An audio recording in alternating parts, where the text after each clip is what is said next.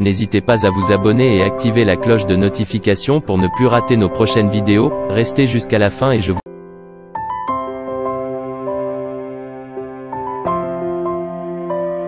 Voilà, nous sommes à Kinshasa, la ville province de la RDC, mesdames et messieurs, de partout dans le monde.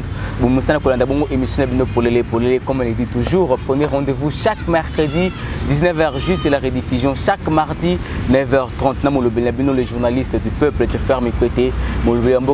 Congo. Grand merci, grand merci. Et vous allez continuer à renouveler confiance, pour faire une émission pour les. En tout cas, merci beaucoup pour notre appel, merci beaucoup pour la distribution de ça, en tout cas. Et comme invité par rapport à message botindaka na komisela bango pour vous montrer que tout ça la musala o ndepo na bino kaka ndeto lobaka nous avons tous intérêt à défendre Congo, nous avons tous intérêt à lobela mboka na biso parce que c'est le patrimoine o nzamba pesa biso ceux qui te défendre yango te mutu moko te à côté de mapona ko défendre yango ceux qui va koya kaka na intention te pas intérêt à dépouiller mboka na biso na makambo nyonso tozali komona actuellement nazalinga moko te comme mesana plateau na ngana bona mona mboka Thierry Kidi azali bongo communicateur ya PPRD parti chez mon mboka Joseph Kabila le sénateur à vie tokosona par rapport à différentes questions d'actualité tokosona bongo le voyage du chef de l'État Félix Tshisekedi Tshilombo na kati ya espace Grand Kassai après ko zabo konzinae Mikole Belé les kaki akitaki na mabele bako kuna été et enfin akiti kuna tokosona également état de siège évolution nango depuis que armée ougandaise bakoti ainsi que police rwandaise pour quelle finalité tokoyeba na kati émission oyo tokosisa bongo na élection 2023 ekozala tokozala tokokende ba dialogue ndenge tomesana tokokende na voie ya maponami et enfin gouvernement Sama Lukonde question ya méritocratie to récompense ya ba membre ya gouvernement Sama Lukonde en dépit ya situation totale qu'on vivre actuellement na ba défi oyo et banda kozela bongo ba membre ya gouvernement Sama Lukonde est-ce qu'ils ont été à la hauteur pour répondre na batante ba congolais tokosobona mona mboka Thierry Kidi salut invité nanga déjà na pesi mbote Thierry Kidi bonjour. Bonjour mon frère. Bonne santé. Ah nzamba ko pambola. Voilà, je rappelle que vous allez communicateur ya PPRD parti chez mona mboka Joseph Kabila Kabange. Bonne santé à PPRD FCC Mobimba. Le PPRD va très mieux et bien. Et le FCC va beaucoup mieux. Si le PPRD va très mieux et bien, donc le FCC doit être beaucoup mieux. Et en très bonne santé. Bonne santé à les sénateurs à vie, Joseph Kabila Kabange. Le président du conseil d'administration de la République a ça très bien. Président du conseil? Le président du conseil d'administration de la République, il va très bien. PCA? Oui, il va très bien. PCA à Congo? Il va très bien. Wana casquette à Sikanaka de flatterie, vous payez ça kaka pour l'accès que boutique était mon PC PCA à Congo. Kabila comme PCA à Congo. Totikala ko flatter était. Totikala ko flatter les raïcités, les raïcités aux alaranaye depuis le passé sans commencement. Il se rend compte de la flatterie de la Souka Mandat qui était autour de lui, il n'a pas pu réunir 15 ou 10 bonnes personnes. Mais il y a PCR République démocratique du Congo. Il semblerait que Ganga le fait que Ganga Azanga Mafuta na tolo. Bagangi avant 2019, Bagangi na 2018, 2016, au glissement, ok. Sauf que nous avons juste utilisé les pénals, tiens les civils en état. Après avoir causé la concussion à Maloba, causé la outrage na Maloba, l'élo na terrain foin. Naloba qui bokolandangai.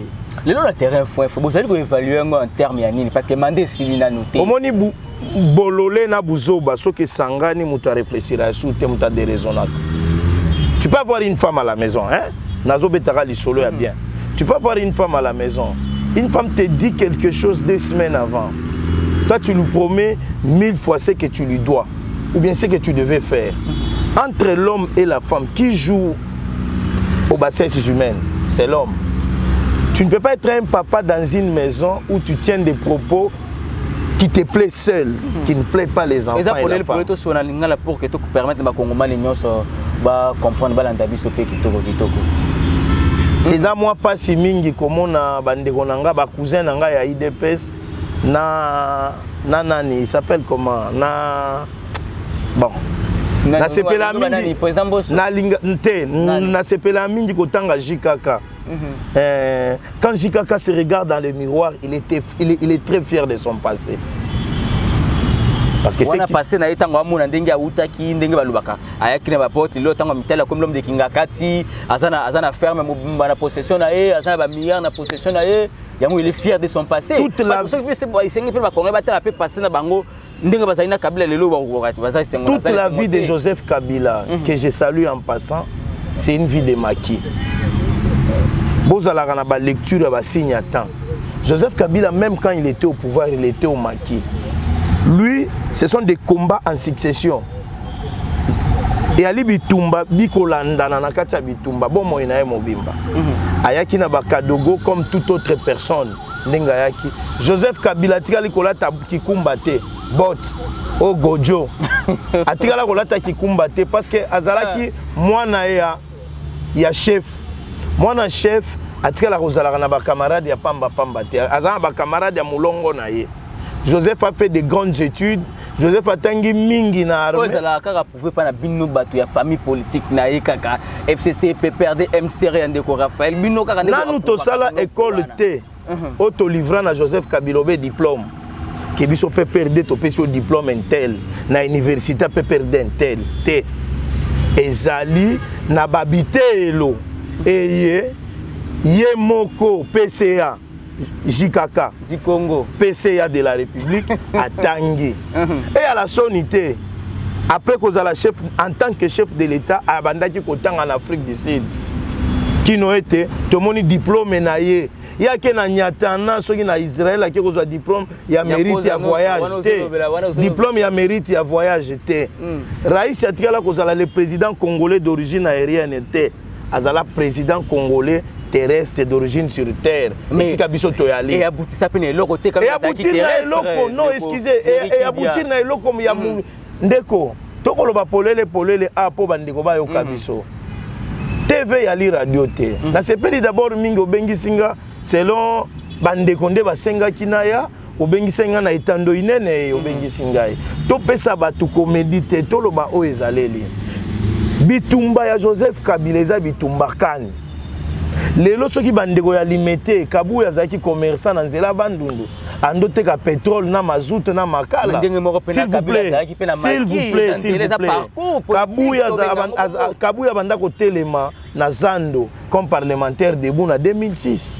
Si aujourd'hui Joseph Kabila donna malgré il n'a rien fait na miso na bino ça lobé l'autre côté mais du quand même ngwende apesi na bayi opposition depuis bakota ki na kati bazanga ka malobate o natamboli malamu te po chaussette ezalaki te natamboli malamu te po nazaki na lacete est-ce que otambola malamu na liwa nini ya kitoko na se moye koleka koloba bosembo kosalisa muninga za pene na yo Congo eloko ya biso nyonso soki eloko ya biso nyonso yango ekolobo ya biso nyonso mutu asenga muninga za congolais azate donc mutu asenga muninga za chef na ya zate sauf que Tshisekedi Félix oyazo occupé poste à présidence de la République. Azamo Moussana. C'est un état de droit. On se permet d'appeler un chef de l'État, Nabaïtando Boye, sans pour autant l'inquiéter. Tu sais qu'il a limité.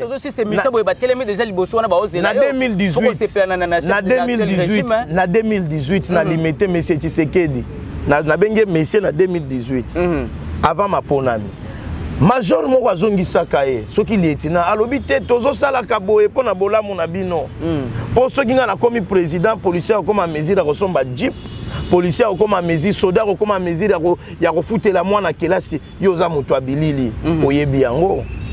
Mais aujourd'hui na mungonga oyo soki lelo tobandi kotala mayemalaka maki na mayema kosalema eyali kaka naloba te se kufayi et ali kaka kondo FCC caché ko bloqué et ali Janine Mabunda et ali Tambwe Mwamba lelo tokomi na ba Burundi nde bazo bloqué na ba Ugandais lelo tokomi no boyali batu ya makila na ngai tolongwe na bo moto tokomi kokende na boyo kelanga tama bondimela nga to kote sikaramba moloko déjà weli kokota yango déjà discours ya mokonzi ya mboka kuna na Grand Kasai na Mbujimai après mikole belé depuis azaki bokonzi et mba libosanya tabongo mabele ya bakoko na ye et c'est là que bino ndenge ni bobenga ki plusieurs voyageurs depuis aza bokonzi atambolaka na bakati ya bamboka te lelo ywana ake quand même pour reconnaître bakoko na ye ezali pe quelque part pe kopesa bango pe le kumna longonya na mabinyoso et depuis aza bokonzi ya mboka mona mboka Tshirekidia na kabeyaka mwanga ki kolukani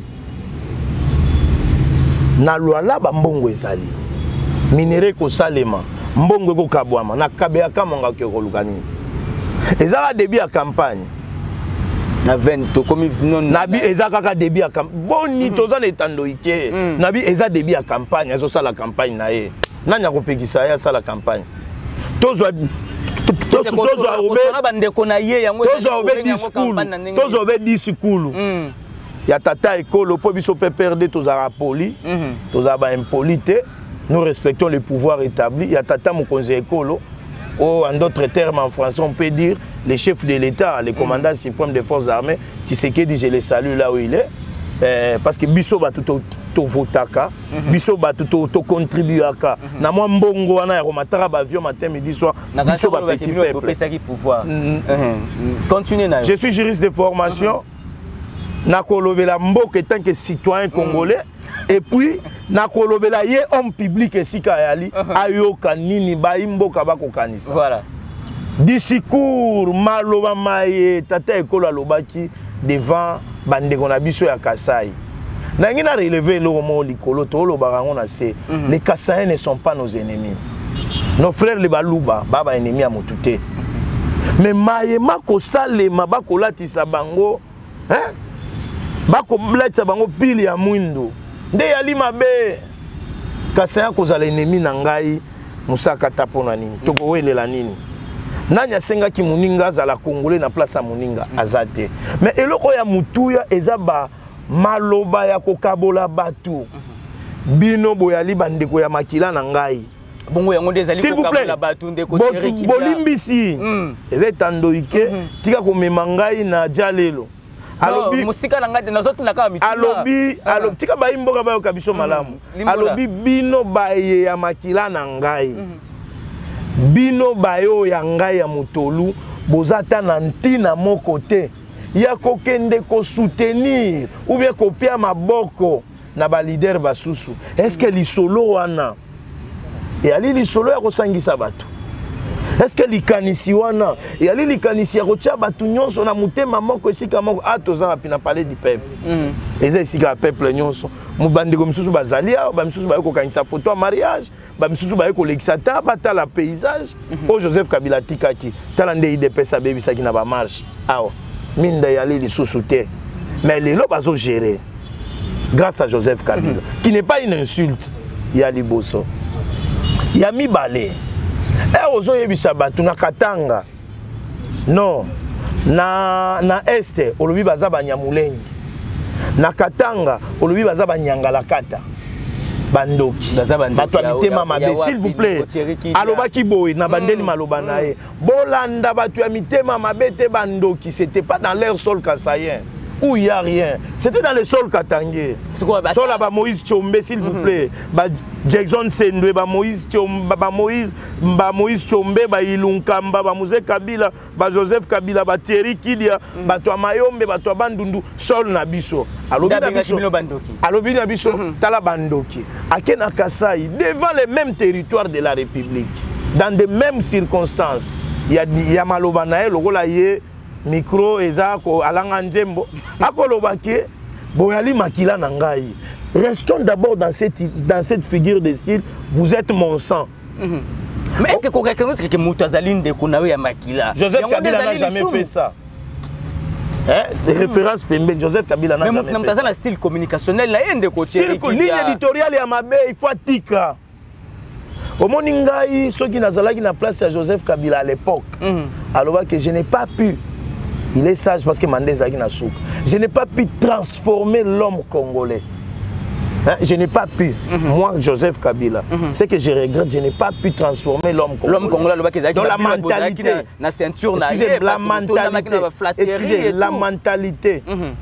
La mentalité de l'homme congolais.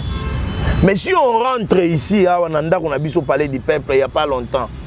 Mouta Mouta, Aout Kolobanine. je sais que les sociales, ça ne va pas. Si c'était moi, j'allais démissionner. Le lendemain, je démissionne. Si j'avais l'essence, si c'était moi, j'ai dit si c'était moi, j'allais démissionner si j'avais l'essence de la méritocratie. Aussi donc, on ne mérite pas. J'ai dit si c'était moi, au sens de la méritocratie. Je parlais au conditionnel. Si c'était moi, chef de l'État, tenir de tels propos, j'allais démissionner. À titre d'honneur et de respect des textes, j'allais démissionner. Tu sais, la parole du chef de l'État, c'est sacré. C'est en Afrique, en Afrique, tu as vu que limbo la maloba il y a Tata Ekolo. Tata Ekolo, ce qui a bengio, aux assouliers, tu as bengio colonel. Au commis d'office colonel. Et puis na ceinture naïe. Mon colonel, excusez.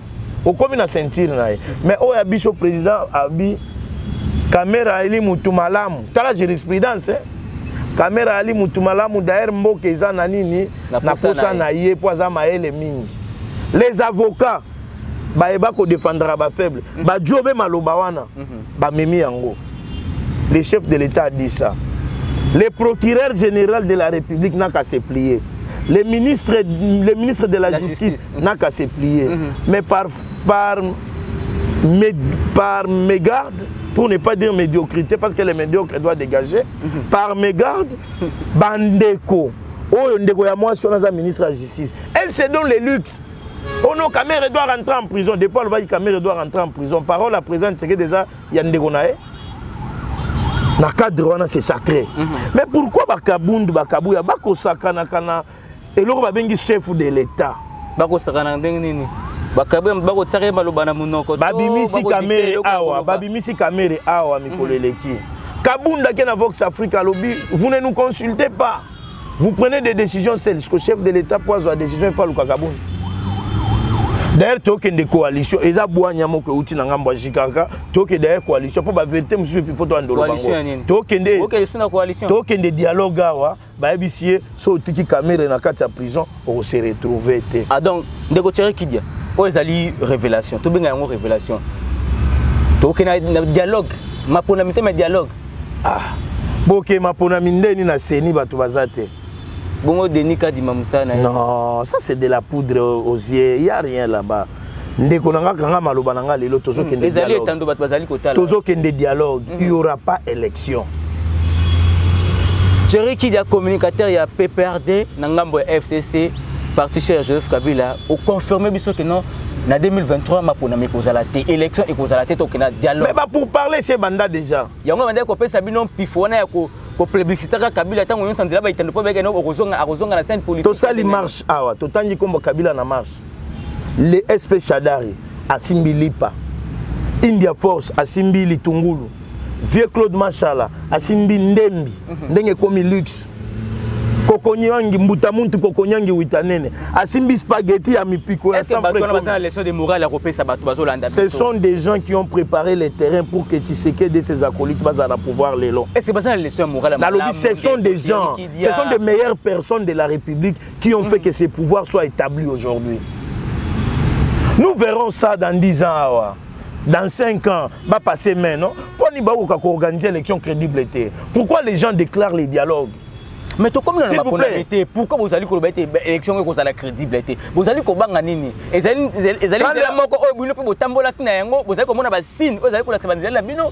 allez quand la République se régionalise, n'a pas poste à décision, c'est un danger.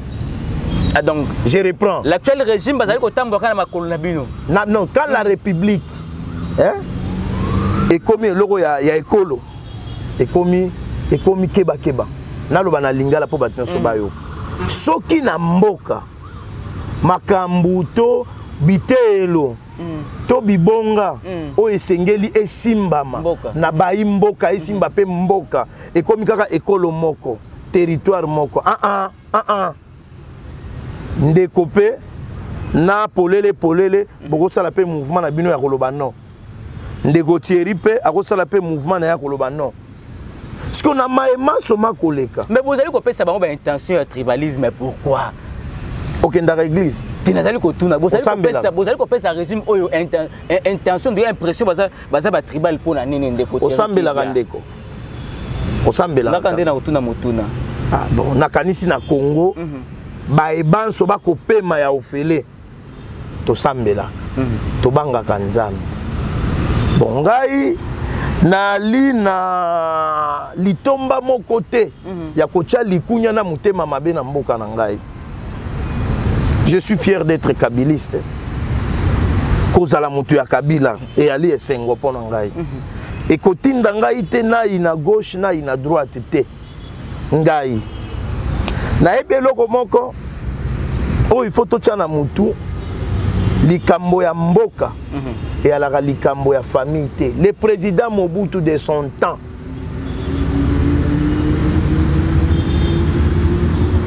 président Kondo Mobutu c'est Kuku Gwendo Azabanga que je salue na lola ici Kazali na bomo iboya loba na biso boye soki na bureau na yo to na été le nom ya musala batu bayali mibale misatu mine ya ekolo na ale dehors eza eloko ya kokanisa te pour constitutionnel ndeko na biso muluba tozali awa na palais du cour de cassation bakambi mibale ya bâtiment oyo ndako ina bazali bato ya Kasai c'est par accident Mbosonko dia kwa azali président de l'Assemblée nationale papa na biso assoiffé du pouvoir c'est un accident. Les Mbosso et les Bahati, ce sont des accidents. Ce sont des accidentés. Ils ont pu servir Kabila, non, ils n'ont pas servi Kabila, ils ont volé la République. Allez, on reconnaître Yango. Attends. Reconnaître Yango. Colonel Mamadou de son vivant Lobaboye. Une victoire dans l'erreur est un échec dans la vérité. Ce qui ont longi na nyamu nyamu. Et Ali Nabosembo et Ali Moïbi. Si qu'on a lobby. Ceux qui t'ont dit que non Joseph Kabila à l'époque na bango, wane le cas. Maya malamuna mabe Kabila salaki. Yangwe pesi pouvoir oyo ezali elona kisasa awa. Nous avons un président, nous avons les institutions préfabriquées par les intentions des gens. Nous avons une institution en cité. Les institutions préfabriquées par les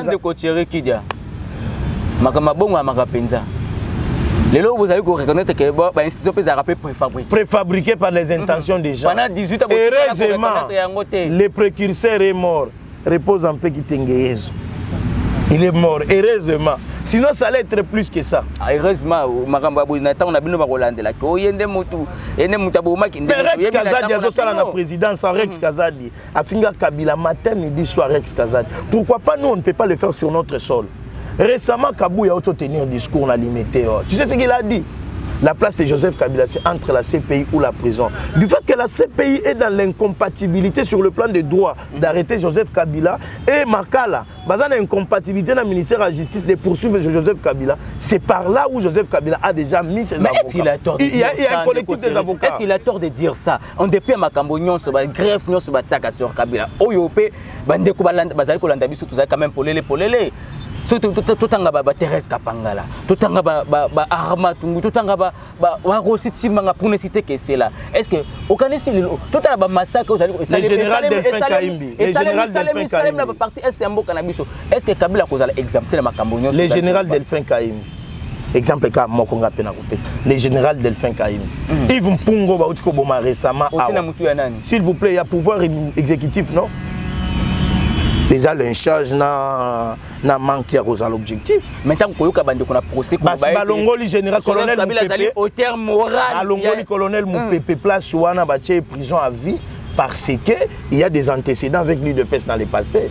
Il n'y a pas de secret. Vous voulez qu'on cache quoi? Nathan Batangi fait Kabila na procès à Floribert Chébé, ça fait il habite ici, ceux qui ont été na Kingakati, il habite Mbenza le village Kingakati. S'il n'est pas Kingakati, il est chez lui. Na GLM. Azana ba adresse. Avec Joseph Kabila, il y a ni crainte de fuite, identité, ça douté. Les trois éléments bakangela amutu. Joseph Kabila a une identité normale. Mais s'il n'y a pas crainte de fuite, ils ont été pour pouvoir au un règlement des comptes. C'était état monsieur tata mo konze ko na biso Félix. Mais cite pas ça moi na moi et chance avant na mboka na ye quand même entre guillemets ndenge balobaka ndeko Thierry Kidia. Et Ali participer mawa. Oui, bato bazali kolanda biso o ebele ba passer ba itando ikena bango kali ko ba malobo zali koloba pona. Na botama kanga moko. lokola Joseph Kabila botamaka ye moko non ye moko dans le sens que quand il respire na kokufaka penga moko biloko akobanga banga o to stolekango nous on a été formés bamapasa oyo na siège na meto zanga na bilo bo fêter plus mutu moko que lipasa oyo bon omoni malobeza na munoko na yo po tuna question wana tie commentaire bon commentaire ebongi na yo te bongi na ngai ngana ngina yeba nous sommes sur quelle gestion? Il y a régionalisme tribal, ethnique ou il y a nation. Tu sais que nous craignons que quelque chose puisse se passer. Naboina Lobande V Barnabé que je salue en passant aloba okolia mbuma. S'il vous plaît, style la famille politique il y a Joseph Kabila ko prédire ma bé Joseph Kabila sala nini na mboka. Tomonaka mwana mboka Willy Shikabile papa na Keiboe soki azongi bakatanga loboko. Lelo kabundi soki lelo kabundi lelo soki to sala ki to pesa ki mekako to loba kizina mekako ekanga ou bien izini ya nini ya Krel ya nini Carola Tiekanga lelo kabunda ngatika la moto mwindo. Grâce à Joseph Kabila Kamunda Tongi. Ouais, comme ça, attaque personnelle. On est allé style, il y a communication, il y a FCC. Hein? Moi, je ne parle pas du style de la communication. Ici, j'engage ma personne. Je n'engage qui que ce soit. J'engage ma personne, mon appartenance au PPRD en étant en exécutant et en chérissant ce que le PPRD me donne. Voilà, merci beaucoup. Vous allez connaître des partout dans le monde, Polélé, et avec les vôtres, j'ai fait mes côtés, mon Mboka Congo, tous les bons Mboka, Thierry qui des bons communicateurs, il y a PPRD, parti cher, il y a mon Mboka, le sénateur à vie, Joseph Kabila, Kabange, tout sur le gouvernement Samalukonde. Kobanda, Bazo Bokozi, Yakokamba, et exécutif Mboka Nabiso, Kino Lele Oyo, tout le banini pour le gouvernement, membre, et ça dit, question de méritocratie. Récompense en dépit de défi c'est de la délinquance neti ombo soit là qui dénie c'est ça koloba délinquant c'est quelqu'un ou une personne qui se méconduit par rapport aux normes. Les normes c'est quoi? Kopé sa batu balia ba mêlé batu ba comme la stabilité il y a vie. Il y a un sens à méritocratie. S'il vous plaît. Sens à méritocratie. Pesangai. Basalika 3 ans na bokonzi pendant que bosaki 18 botikeli nde ba mboka na libulu. Mouze Kabila. Mboka na libulu totika mbongo na kesa l'état. Biso. Pour un grand Congo pendant 18 ans otiki 1 milliard 600 000 pour la Wanezalaka obalobaka. Les communications d'état, on les parle pas. Ça c'est juste une façon de style RP Simon France Jabatoumon Kanda ba balancer. Le chef de l'État a outi à l'Assemblée nationale Koloba récemment. Il est déçu na batunyo soit nommé. Banque centrale, tu as suivi non? Aux journalistes. Bato Banque centrale. Bato Yanini. Ba nomination nyoso clandestin ou ba nomination nyoso forcé au basali. Mon côté PC résultat. Il y a risque na analyse nazo sala. Président Tshisekedi a bandi na bato ya IDPS. Ne soyez pas surpris qu'un jour à côté d'un siège à PPRD. Seul, avec les cortèges à côté, s'il vous plaît, n'aimez pas de commentaires. Non, attends, suis-moi un peu. J'ai dit, il y a risque. Il a commencé avec l'UDPS. Il y a Poto, frappeur, Fakwa, Boenabo. L'UDPS à Kinshasa, businessman, détourneur et tout et tout. Lélo, l'UDPS est incapable de gérer la République sans les PPRD. Exemple. Pour la sortie du gouvernement, les Samalukonde là que vous voyez, un ancien du FCC, un ancien du FCC pour ne pas dire. C'est que Faïna, ça se comprend déjà. S'il vous plaît. Faïa gouvernement, il faut comprendre parce que Aouta Nanga Bouana, Nazo Yebisa non, le PPRD n'est pas la pourriture. Biso to ça la pointe s'il vous plaît. Azara ministre ya sport. Bisso ne nous appelait pas la pourriture. Ayons un peu l'essence de la méritocratie. Aujourd'hui, Liboso na Bisso, on déplace point d'achèvement et ça les mat. Défilé à 2010. Ce bolobi point d'achèvement. Joseph Kabila ya bundi abomi nyongo nyonso kondo Mobutu atikaki. Abomi ba sanction Mouze Kabila atikaki. Abomi nyonso ezalaki ebanda ko freiner pays. Ce qui bongi boloba que c'est de la pourriture. Bon. Tout ce qui est bawewa, ba Kalimber, ba motard, ba Crézer, hein? Ba ya ba diriger République. Ce qui te réfléchir était Ce qui te pèse maye l'été ya ke ndeko awa te awa boye awa sengeli boye te to ça les logo te. Mais eloko mona osenga na yo eloko ka moko bocha mai na monoko. Et ali soni pasi na mémoire ya Tshisekedi le père que je respecte.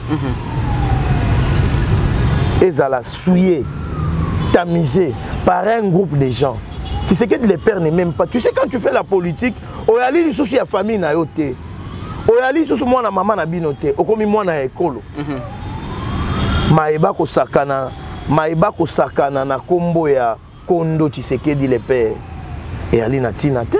C'est comme s'il n'a pas existé. Gouvernement Sama Lukonde, Olobi.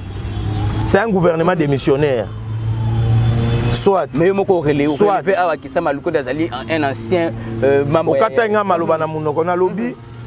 UDPS na président Tshisekedi, je reprends. UDPS na président Tshisekedi. Ils sont incapables de gérer la République sans un membre du PPRD, sans un déchu du FCC. Par exemple la CENI, Didier Manara. C'est Manara, c'est quoi? On soit instable à trahir vieux Mwando Simba, Agé Matembo. Oh Moussoussoyo Bando Pese Mbongo pas Kabundi ça ouais Abasuke Belebo, il s'est caché. Toutes ces inconstances là, circonstancielles. Bon.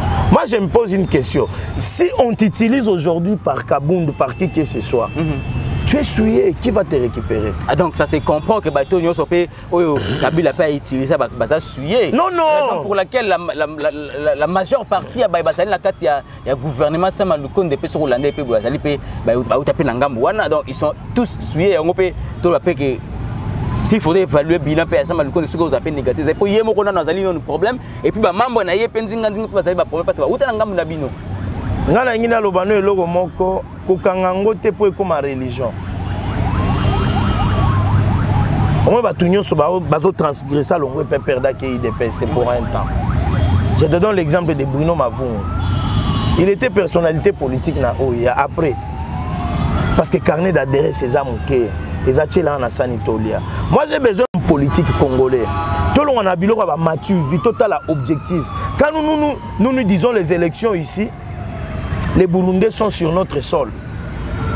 Les Rwandais sont sur notre sol. Au Bazo Bundana peuple chaque matin. On ne sait pas pour quel objectif. S'il vous plaît, s'il vous plaît, s'il vous plaît. Roger Lumbala. Non, est-ce qu'elle... Nani? Président Bosso. Bon, Bosso, Azana Souka Vinae, c'est une petite Wandocha, Bamba Kombo, Ariel Salave, c'est au Moni. C'est un septangénaire, hein? Je voulais te dire une chose. La République a besoin de ton énergie, de mon énergie. Aussi longtemps que tu as Nzamba Kosala, tu réfléchir. Oyo nyonso bazo pesa ngwende bazo pesa place. Ils ont appuyé par à jouer, à profiter, à donner dans la coin. Mais quel est l'objectif principal? Qu'est-ce qui est lié à la vie par rapport à Nyonso Tozoloba, Makelel, Nyonso Mboso, Tshisekedi, Fayulu, Jadar? C'est quoi le bien-être de la population? Exemple, est-ce que dans la ville à Kinshasa, tu as une citerne à Boye? Et les projets, les programmes du chef de l'État pour amener l'eau potable à la maison. Na Kinshasa, c'est une insulte aussi. Et vous appelez innovation? Ah, innovation, Nani? Moutou a sali un projet à Moutou. Président accepté. Bazo Zouara Maï, il y a fleuve, va purifier, va passer dans la citerne. Est-ce que qui sont ces gens de la régie des eaux? Est-ce que Baklor Bakocha et Longo Bani?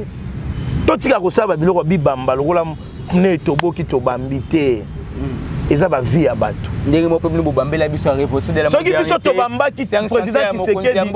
La paix qui est aujourd'hui dans la République. Il faut féliciter Joseph Kabila. Akozonga Kabila akozonga na ebonga na akozonga. À bientôt. Je vais te dire un truc qui est très important. Dépassons-nous pépère de UDPS. Voyons l'objectif la République. Qu'est-ce qui nous lie? Les hommes en bois Tshisekedi, des hommes en bois Kabila. Les hommes Mboka. Nous tous, à travers l'acte des politiciens, ça réveille en nous quelqu'un qui dormait. au sein de nous.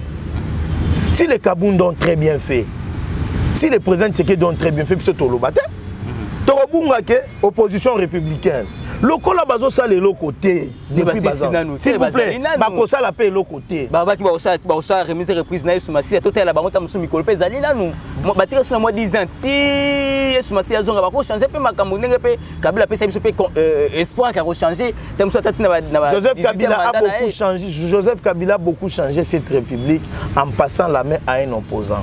S'il vous plaît, non, même pas ça. S'il vous plaît. Maintenant, quand on voit maintenant les faisabilités de cet opposant, c'est l'affaire du bois froid au fait, qui ne s'allumera jamais. C'est un opposant aujourd'hui, chef de l'État, on l'accepte et tout. Mais quelle est la monnaie d'échange que ces chefs de l'État nous amènent? C'est la promessiline, les promesses. Un comprimé qu'on prend à souhait. Je ne sais pas. RV à Sokola, président de la République à Sokola, Maboko Nabutu avant aller à Moteke. Il se sent heureux. Bino Boza Bato Aitandoike. C'est beaucoup de chance, Boutou, il se sent heureux. Non. Voyons la République. Si le Rwanda doit nous construire village Mokokuna, dont la République n'est pas responsable. Si Kagame il faut bandaro chiper ça et place et pas chef de l'État, le rôle à protocole d'État est zani. Au moins Meli Melo et vous allez sanctionner en 2023. Mais il est tellement généreux, il y a dictateur de sénateur avec Joseph Kabila. Tout sur la troupe. Hier Tshisekedi, s'il te plaît, hier Tshisekedi, le chef de l'État actuel. Abenga Kabila, monsieur, c'est un rebelle. C'est le même Tshisekedi qui dit Kabila Moutumalam. Devant Angela Merkel, récemment, s'il te plaît, attends, récemment ici, récemment, devant Angela Merkel et les petits messieurs ici français, ils s'appellent comment? Emmanuel Macron. Et ces garçons-là, les deux. Le président Tshisekedi m'a extomanté. Bazolo va makambuya ligne éditoriale Yamabe, Oyo, Emmanuel Macron, Angela Merkel, Bazo Salamabe na Union européenne, Babengisie. Ayako Bongisi la bango discours étant que président de l'Union africaine. C'est ça la lecture. L'objectif est l'Okwana. À l'objet, je suis très reconnaissant devant Joseph Kabila, dont le vieux a senti les goûts du pouvoir. Joseph Kabila s'est retrouvé dans la carte, il y a il y a cours des grands. Joseph Kabila, en 2018, pour rappel, l'Union africaine, il fallait tous à l'époque à Joseph Kabila. Joseph Kabila a envoyé chez Okitundu dans la diplomatie, aller dire à l'Union africaine que tout ça, l'élection, effectivement, il faut féliciter ces messieurs. Pourquoi vous voyez toujours tout ce que Joseph Kabila fait en noir? Pourquoi vous voyez tout ce que Joseph Kabila fait et ce qu'il fera, même si à Kangi photo, Batumoussou Bazo rêvé à Koufa? À ça, l'accident, Joseph, excusez-moi,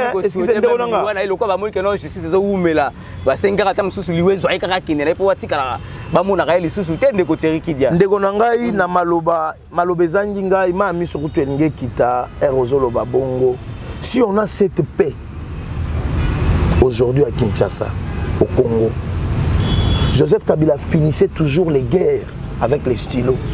Il refusait Robert Tamassa, c'est exemplement on a repéré ça, affrontement, il y a des délinquants, MLC, des rebelles, il y a Bemba, na FARDC. Au moins, il y a des soukaki. Parce que toi là, bazar na posa. En pleine capitale,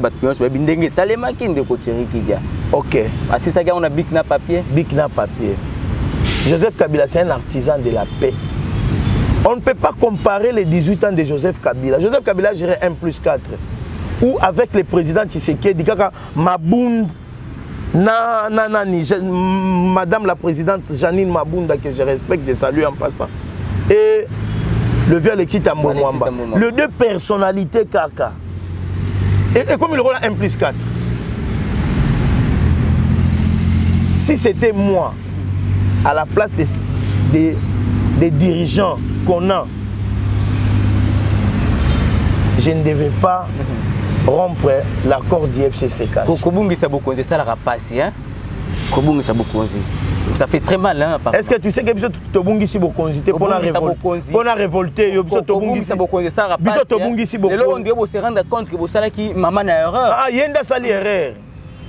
Ou nous les tenons en état.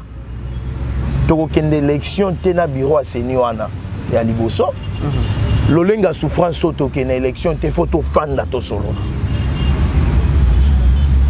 après